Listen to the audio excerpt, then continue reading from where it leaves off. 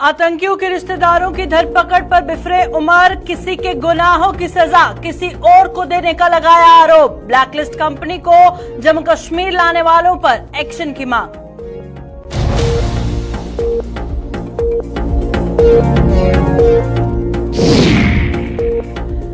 Panthers party भव्य तरीके से मनाएगी स्थापना दिवस।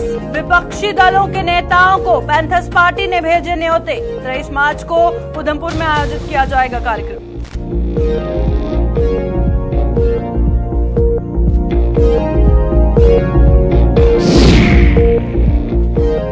नहरों में गंदगी फैलाने से बाज नहीं आ रहे लोग। निगम की डोर टू कलेक्शन का नहीं ले रहे लाभ। साफ सफाई न होने से बीमारियां फैलने का खतरा।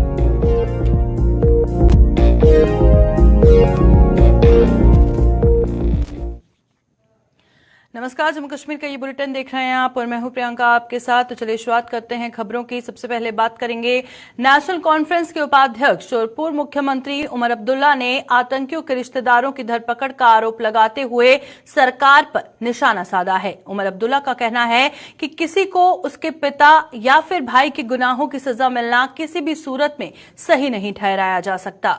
जम्मू के बजालता इलाके में आज नेशनल कॉन्फ्रेंस द्वारा आयोजित जनसभा में भाग लेने पहुंचे उमर अब्दुल्ला ने कहा कि वो आतंकियों को नौकरियां देने का समर्थन तो नहीं करते हैं, लेकिन सरकार जिस तरह से लोगों के दिलों को जीतने के लिए उनके रिश्तेदारों को जेलों में ठूस रही है, उसे सही नहीं ठहराया जा सकता।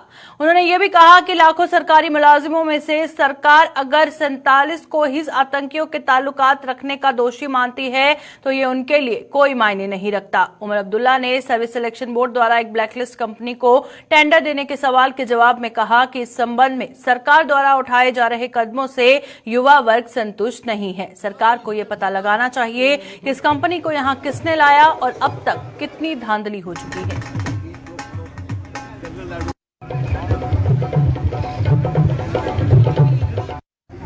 Is it fair for me to punish you for the crimes of your father or the crimes of your son? Tomorrow, if God forbid, a close relative of Manoj Sinha Saab commits a crime, should Manoj Sinha go to jail? The law of natural justice is not that relatives are punished for the crimes of someone else. Nobody is advocating that hardcore militants should be given government jobs. But it is also wrong to punish somebody just because they have the misfortune of being related to a terrorist. This is not the way to win the hearts and the minds of the people, and this is not something that we will ever. I'm not going to get into a war of words to satisfy your channel. If in lakhs of appointments, all you can find is 47, then that is next to nothing. यहाँ पे SSRB aspirants, उनके future के साथ जो खिलवाड़ हुआ, एक ऐसी कंपनी को यहाँ लाके कॉन्ट्रैक्ट देने की कोशिश की गई जो कि पूरे मुल्क में ब्लैकलिस्ट है। समझ में नहीं आता क्या सोच के। अब कहा गया कि उनका कॉन्ट्रैक्ट कैंसिल हुआ, लेकिन अभी भी जो नौजवान है वो पूरी तरह से मुतमईन नहीं है। जैसे मैंने अपनी तकरीर में कहा, ये गवर्नमेंट जो है बिल्कुल लोगों के मसलों को हल करने की कोई कोशिश नहीं कर रही है। हम चाहते हैं कि एक तो पूरी तरह से इंक्वायरी हो कि एपटेक को यहाँ लाया किसने और इसमें जो धांधली हुई है वो कहाँ पे हुई है, और उसके साथ साथ नौजवानों को रीअश्योर किया जाए कि उनके फ्यूचर के साथ कोई खिलवाड़ नहीं होगा। पैंथर्स पार्टी द्वारा इस बार अपना स्थापना दिवस भव्य तरीके से मनाया जाएगा। पार्टी द्वारा 23 मार्च को स्थापना दिवस उधमपुर में मनाया जाएगा, जिसके लिए विपक्षी दलों के कई नेताओं को भी न्योता भेजा गया। पैंथर्स पार्टी नेता हर्षदीप सिंह ने एक प्रेस कॉन्फ्रेंस के दौरान बताया कि स्थापना दिवस के लिए कांग्रेस नेता राहुल गांधी, नेशनल कॉन्फ्रेंस अध्यक्ष डॉक्टर फारूक अब्दुल्ला और समाजवादी पार्टी के नेताओं से भी उधमपुर पहुंचने की अपील की गई है। उन्होंने भाजपा की नीतियों पर सवालिया निशान लगाते हुए बताया कि स्थापना दिवस में पहुंचने वाले आम लोगों को भी इन नीतियों के प्रति जागरूक कर उनका सम्मान हासिल किया जाएगा। इस रैली में हमने विपक्ष के दूसरी पार्टियों के कुछ नेताओं को भी न्योता दिया है, जिसमें हमने राहुल गांधी जी के यहाँ भी जो है एक इन्विटेशन भेजा हुआ है। वो अपनी तरफ से किसी को डिप्यूट करेंगे, चाहे वो दिल्ली से आ सकते हैं या जम्मू कश्मीर के उनके कोई नेताओं में से उनका प्रतिनिधित्व कर सकता है। इसी तरीके से डॉक्टर फारूक अब्दुल्ला ने भी कहा है कि वो भी इसमें शामिल होंगे। इसी तरीके से दूसरी पार्टीज़ जो अपोजिशन की हैं, चाहे वो समाजवादी पार्टी हैं, चाहे वो दूसरी पार्टीज़ हैं, उनसे भी हमारी बात हुई है और उनको भी हमने अपील की है कि इस रैली में शामिल हों। बीएसपी से हम अपील कर रहे हैं कि उनके नेता भी जो हैं उनकी भी पार्टिसिपेशन हो, सब मिलजुल कर चलें और भारतीय जनता पार्टी की तानाशाही के खिलाफ आवाज़ बुलंद करें। लोग बहुत परेशान हैं, चाहे वो कस्बे के लोग हैं, चाहे वो गांव के लोग हैं, बुनियादी सुविधाओं से भी वंचित करके रखा हुआ है और जात और मजहब की राजनीति करके लोगों को आपस में लड़ाया जा रहा है, डराया जा रहा है और इस तरीके से भारतीय जनता पार्टी द्वारा लोगों को गुमराह करने की कोशिश की जा रही है। मौजूदा समय में जम्मू की रणबीर नहर में पानी छोड़ दिया गया है, जिससे किसानों ने राहत की सांस ली है, लेकिन इसके बावजूद कई लोगों की लापरवाही और मनमानी के कारण छोटी नहरों में पसरी गंदगी बीमारियों को न्योता देने में कोई भी कसर नहीं छोड़ रही। जम्मू नगर निगम द्वारा डोर टू कलेक्शन की सुविधा देने के बाद लोग छोटी नहरों में गंदगी फैलाने से बाज नहीं आ रहे। इसका जीता जागता सबूत देखने को मिल रहा है। जम्मू में तालाब तिल्लो इलाके से लेकर पौनी चक तक जहां जाने वाली नहर में जिसमें पसरी गंदगी से ये साबित हो गया है कि लोग स्वच्छ भारत अभियान की अहमियत नहीं समझ पाए। जनप्रतिनिधियों द्वारा समझाने के बावजूद न तो लोग सुधर रहे हैं और न ही सिंचाई विभाग इस नहर की सफाई के लिए कोई भी दिलचस्पी दिखा रहा है। ये नहर तालाब तिल्लो से लेकर पौनी चक तक जाती है और ये गंदगी का ढेर बन चुका है। हमने तो कारपोरेशन की तरफ से हर वार्ड में, हर गली में, हर मोहल्ले में हमने ऑटो लगाए हुए हैं और जो घर घर जाकर वो कूड़ा उठाते हैं और बाकायदा वो जगह सिर पहुंचाते हैं। हमने बार बार रिक्वेस्ट करने पर भी लोग जो है इस पर ध्यान नहीं देते हैं। हम बार बार बोलते हैं भाई नहर में गंदगी मत डालो, कूड़ा ऑटो आता है ऑटो में डालो, और उसके बावजूद भी यहाँ नहर में इतनी गंदगी पड़ी हुई है कि इसकी कोई सुध लेने वाला कोई है नहीं। खासकर जो इरिगेशन डिपार्टमेंट है उनका देखने में ये लगता है या तो वो डिपार्टमेंट सोया हुआ है या कहते हैं हमारे पास पैसे नहीं आए। अभी देखो मेरे ख्याल अब महीना हो गया सफाई का काम नीचे शुरू कर दिया, पौनी के आगे कर रहे हैं और यहाँ तक अभी तक उन्होंने नाली की सफाई नहीं की है नहर की, और लगता है ये अभी और महीना डेढ़ महीना नहीं आएगी नहर। जैसे नहर बड़ी नहर जो रणबीर कनाल वो चल रही है 7 तरीके चल रही है, वो उसकी सफाई होगी, इसकी सफाई क्यों नहीं हो। कि देखो कितना गंदा है, मच्छर बुरी तरह पनप रहा, इधर बैठा नहीं जाता, बाहर दुकानदार तंग हैं, बदबू इतनी आ रही है, पीएचई की पाइपें जगह जगह लीक हैं, पूरा पानी इसमें खड़ा होता है। तो पूरी आप देखिए प्लीज़, आगे रिक्वेस्ट है हमारी एलजी साहब से कि प्लीज़ इस पे तालाब तिल्लो से लेके पौनी चक तक थोड़ा सा ध्यान दीजिए और थोड़ी सफाई कराइए कि अभी पानी भी आने का टाइम है। आपने रणबीर नहर भी छोड़ दी है पर इधर कुछ नहीं। ये देखो आप अपना कैमरा प्लीज, मैं आपसे रिक्वेस्ट करता हूँ कि आप अपना कैमरा घुमाइए इधर, बताइए ये सारी गंदगी। लगता है कि बीमारियों की भी दावत है बहुत ज्यादा सर। इधर आप 10 मिनट शाम को 5 बजे के बाद और सुबह दोपहर को इधर खड़े नहीं हो सकते कि इतना गंदा बदबू वाला पानी है। पीएचई की सभी पानी इसमें आ रहा है, पाइपें लीक हो गए कि ये गीला पानी है इसमें नहर पे सारा, और गंद देखो कितना है। क्या कहेंगे एलजी साहब को जल्दी सर मेरी रिक्वेस्ट यही है एलजी साहब से कि प्लीज़ इस ध्यान दीजिए तालाब तिल्लो से लेके पौनी चक तक नहर का क्या हाल है, तो थोड़ा सा इसको करा के और पानी जल्दी से जल्दी छोड़ा जाए नहर। जम्मू कश्मीर के लिए हाल ही में संसद में पेश किए बजट पर आज जम्मू में चर्चा की गई। भाजपा के जम्मू मुख्यालय में आयोजित एक कार्यक्रम के दौरान पार्टी नेताओं के अलावा पार्षदों व अन्य जनप्रतिनिधियों ने इस बजट पर मंथन करते हुए इसे विकास कार्यों में किस तरह खर्च किया जाए इस पर उनके सुझाव लिए। पूर्व डिप्टी सीएम कविंद्र गुप्ता ने बताया कि ये बजट जम्मू कश्मीर के विकास के लिए बेहद उपयोगी साबित होगा।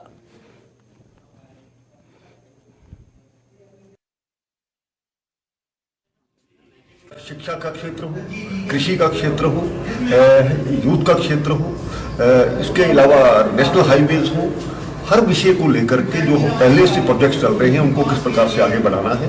तो हर जगह एक ऐसी राशि प्रदान की गई है जिससे कि जम्मू कश्मीर में आने वाले समय में एक डेवलपमेंट का नया दौर आने वाला है। उसी संदर्भ में क्योंकि हमारे जो पंचायती राज और हमारा जो लोकल बॉडीज है तो उनके माध्यम से भी बहुत सा पैसा जनता के बीच में लगने वाला है। तो हमारे जो काउंसलर्स हैं, हमारे जो चेयरमैन हैं, हमारे जो बीडीसी डीडीज हैं, उनको बजट पर चर्चा के इस कार्यक्रम में सभी को बुलाया गया है क्योंकि वो सही मायने में लोगों को रिप्रेजेंट करते हैं और आने वाले समय में बजट को लेकर के किस प्रकार से लोगों के बीच में जाना है और किस प्रकार से उनके काम करवाने हैं, उसी संदर्भ में आज की मीटिंग रखी गई।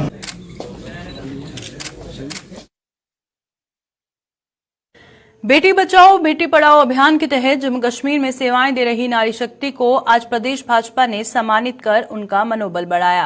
पार्टी के जम्मू मुख्यालय में आयोजित एक कार्यक्रम के दौरान अलग अलग जिलों में आई महिलाओं को, जो महिलाएं वहां पे आई थी, उनको भाजपा के प्रदेश अध्यक्ष रविंद्र रैना और पूर्व मंत्री प्रिया सेठी ने सम्मानित कर इनके द्वारा किए जा रहे कामकाज की सराहना की और उन्होंने उम्मीद जताई कि भविष्य में भी ये सभी महिलाएं इस मिशन को आगे बढ़ाने में अपना हर संभव योगदान देगी।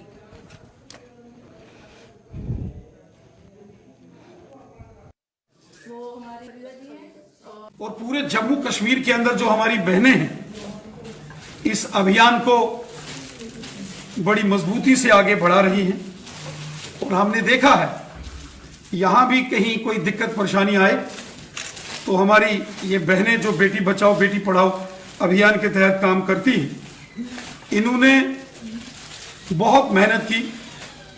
महिलाओं का सशक्तिकरण, महिलाओं को, बेटियों को न्याय मिले, इसके लिए ये काम कर रही हैं। आज पूरे जम्मू संभाग की हमारी बहनें जो डिस्ट्रिक्ट्स की इंचार्जेस और को इंचार्जेस हैं यहाँ आई हैं और इनके सारे काम, इनका जो कार्य है उसकी सारी जानकारी ये यहाँ रखेंगी और आगामी आने वाले जो साल के लिए इनकी क्या तैयारी है, किस प्रकार के ये काम करेंगी।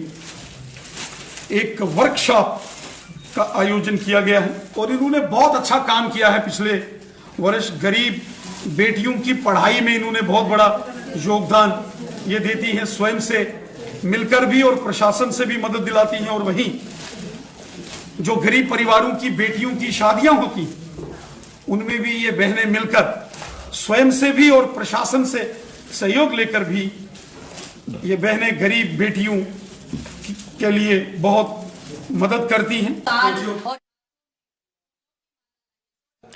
डोडा के गवर्नमेंट डिग्री कॉलेज में आज जिला स्तर की युवा संसद का आयोजन किया गया। नेहरू युवा केंद्र द्वारा कॉलेज के एनएसएस यूनिट के सहयोग से आयोजित इस युवा संसद का मकसद देश को मिली G20 सम्मेलन की मेजबानी का जश्न मनाना था। इस युवा संसद में स्टूडेंट्स द्वारा पेश किए गए रंगारंग सांस्कृतिक कार्यक्रम आकर्षण का प्रमुख केंद्र रहे और इसी दौरान कुछ पत्रकारों सहित अन्य गणमान्य लोगों को भी सम्मानित किया गया।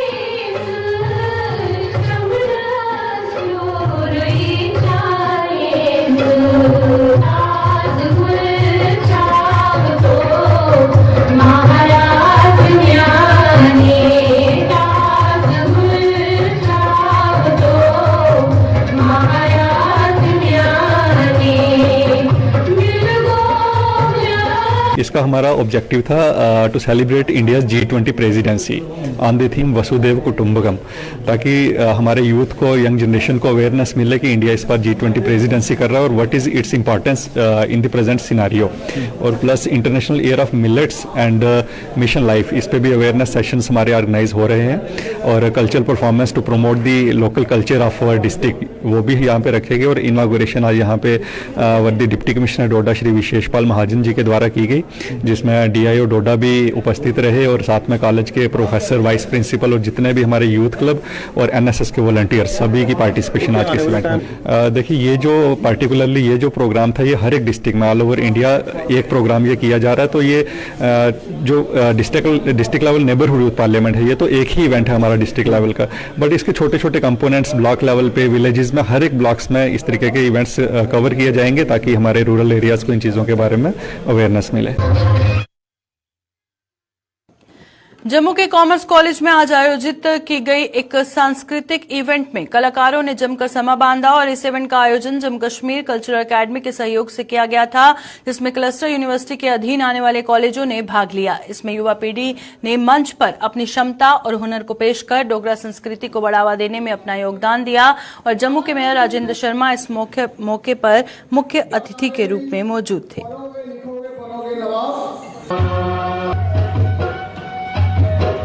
यहाँ एक कॉमर्स कॉलेज और बाकी क्लस्टर कॉलेजेस का प्रोग्राम ऑर्गेनाइज किया गया है, जिसमें हमारा academy of art culture and language सहयोग कर रहे हैं। ये बहुत अच्छा एक इनिशिएटिव है, जिसमें हमारी युवा पीढ़ी का जो उसमें क्षमताएं हैं और जो उनका एक इमोशंस हैं वो दर्शाए जाएंगे और उसमें उनका एक कॉन्फिडेंस लेवल और साथ में उनका जो हुनर है वो आएगा आगे और इसी से हमारा समाज, हमारी संस्कृति और हमारा कल्चर उसको बढ़ावा मिलेगा। और जो समाज संस्कृति और कल्चर को संजोए नहीं रखता है वो सभ्यताएं समाप्त हो जाती हैं। और जितने भी अंधेरे हमारे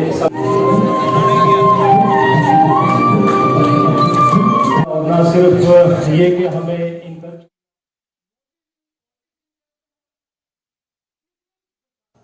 नवरे महोत्सव 2023 के उपलक्ष्य पर संजीवनी शादा केंद्र द्वारा आज एक किताब का विमोचन किया गया। नवरे संदेश नाम की इस किताब का विमोचन आज जम्मू में संजीवनी शादा केंद्र के प्रधान डॉक्टर एम.के. भट्ट व उनके अन्य सहयोगियों ने किया। डॉक्टर भट्ट ने बताया कि संजीवनी शादा केंद्र द्वारा 21, 22 और 23 को नवरे महोत्सव का आयोजन किया जा रहा है।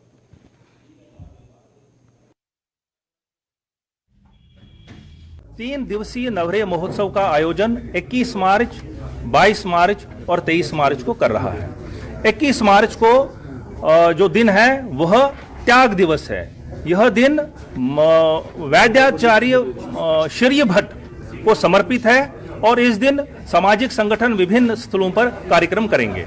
दूसरा दिन 22 मार्च जो नववर्ष का प्रारंभ है, जिसे हम नवरे कहते हैं, उस दिन शुभ थाली का दर्शन करते हुए पारिवारिक स्तर पर जो है एक संकल्प पत्र पहले से ही उस थाली में रखा गया होगा और वह संकल्प पारंपरिक वेशभूषा में सभी कश्मीर के समस्त हिंदू जो है उस दिन वह शपथ पारिवारिक रूप से लेंगे और फिर उससे सोशल मीडिया के विभिन्न पटलों पर उसे अपलोड करेंगे। तीसरा दिन समापन समारोह। समापन समारोह जो है यह सम्राट ललितादित्य को समर्पित है। शौर्य दिवस के रूप में हम इसको मनाते हैं और इस दिन शाम को 6 बजे से लेकर 7 बजे तक जो विशेष कार्यक्रम रहेगा उसमें आध्यात्मिक गुरुदेव श्री श्री रविशंकर जी का उद्बोधन वर्चुअल मोड के माध्यम से होगा।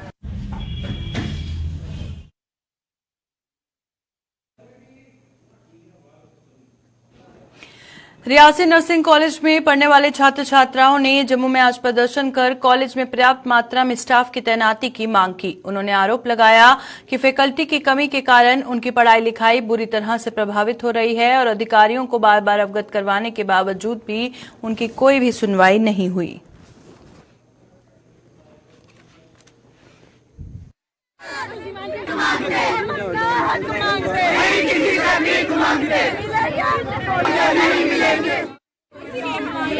हमारी ये डिमांड है कि हमें अपनी फैकल्टी चाहिए, हमें टीचर्स चाहिए, मतलब अपनी फैकल्टी चाहिए। अगर हमें टीचर्स प्रोवाइड नहीं कर रहे तो हमें किसी कॉलेज में शिफ्ट करें जहां फैकल्टी हो। हम INC से GMC प्रिंसिपल से यही रिक्वेस्ट करते हैं कि हमें अपनी फैकल्टी चाहिए जो हमें पढ़ाए। जी सर, हमें हमारा प्रैक्टिकल बिल्कुल 0 है। फर्स्ट ईयर से हम अभी सेकेंड ईयर में पढ़ रहे हैं। हमें फर्स्ट ईयर में भी कुछ सब्जेक्ट्स ऐसे थे जिनका मतलब टीचर नहीं था, वो हमने खुद से हैंडल किए, खुद पढ़े हमने। इसलिए हमारी डिमांड ये है कि हमें अपनी फैकल्टी चाहिए। Government nursing college Reasi.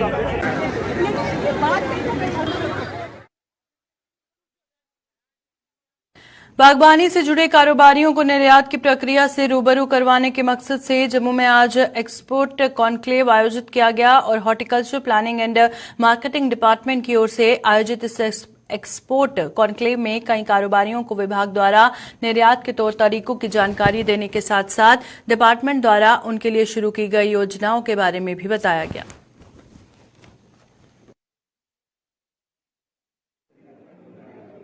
उसके बाद हमें डीजी साहब ने इंस्ट्रक्ट किया कि इस बार आप एक्सपोर्ट कॉन्क्लेव कीजिए, जो बाहर एक्सपोर्टर हैं और यहाँ के जो पोटेंशियल एक्सपोर्टर हैं जो बाहर एक्सपोर्ट करना चाहते हैं उनको एक्सपोर्ट करने के हम जरिया बताएंगे, तरीके बताएंगे और कैसे एक बटन दबाते ही कंप्यूटर का या कोई ऐप ऐसी वो हम ऑर्गेनाइजेशन ऐसी बुला रहे हैं जैसे FIEO है या DGFT है, वो उनको बताएंगे कि आप कैसे एक्सपोर्ट करेंगे अपना एग्री हार्टिकल्चर प्रोड्यूस। क्या कहते हैं, इनका जो सामान है जो ये प्रोडक्ट बनाते हैं इनकी खरीदारी तो इनके आपस में कॉन्टैक्ट्स बन जाएंगे और बिजनेस ट्रांजैक्शंस होती रहेंगी। I hope so.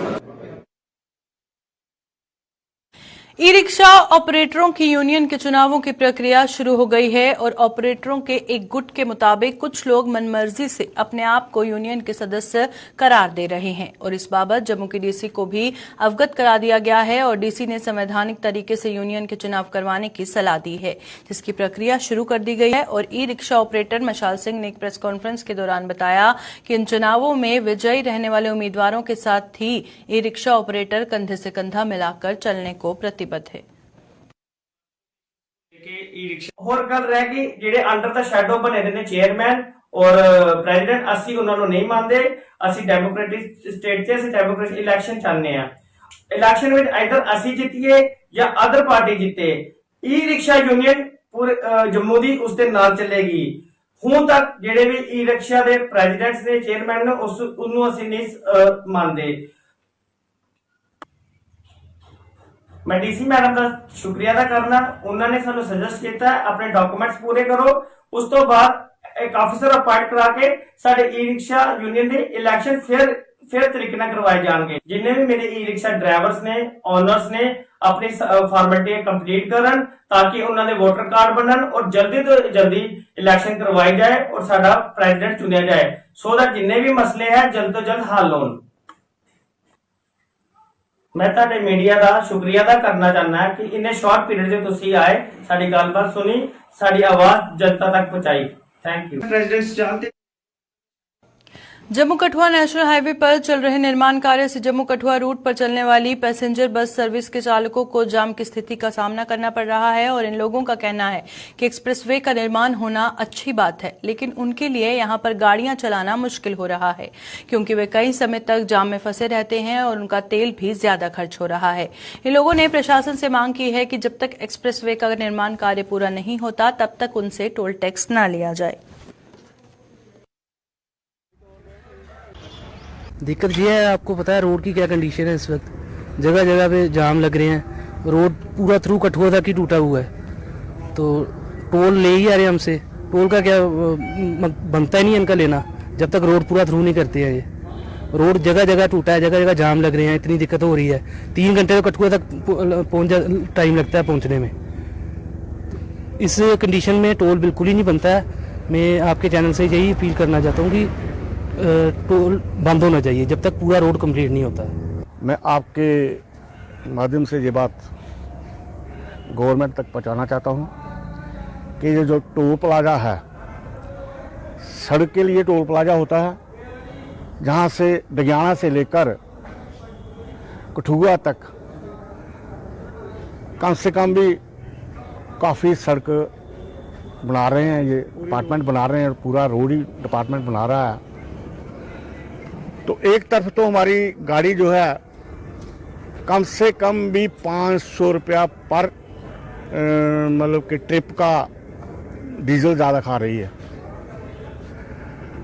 उसके बाद टोल प्लाजा, मैं गवर्नमेंट से यही अपील करना चाहता हूं कि जितनी देर तक ये सड़क पूरी क्लियर ना हो इतनी देर में टोल प्लाजा बंद किया जाए। अभी के बुलेटिन में फिलहाल इतना ही। दीजिए इजाजत। नमस्कार।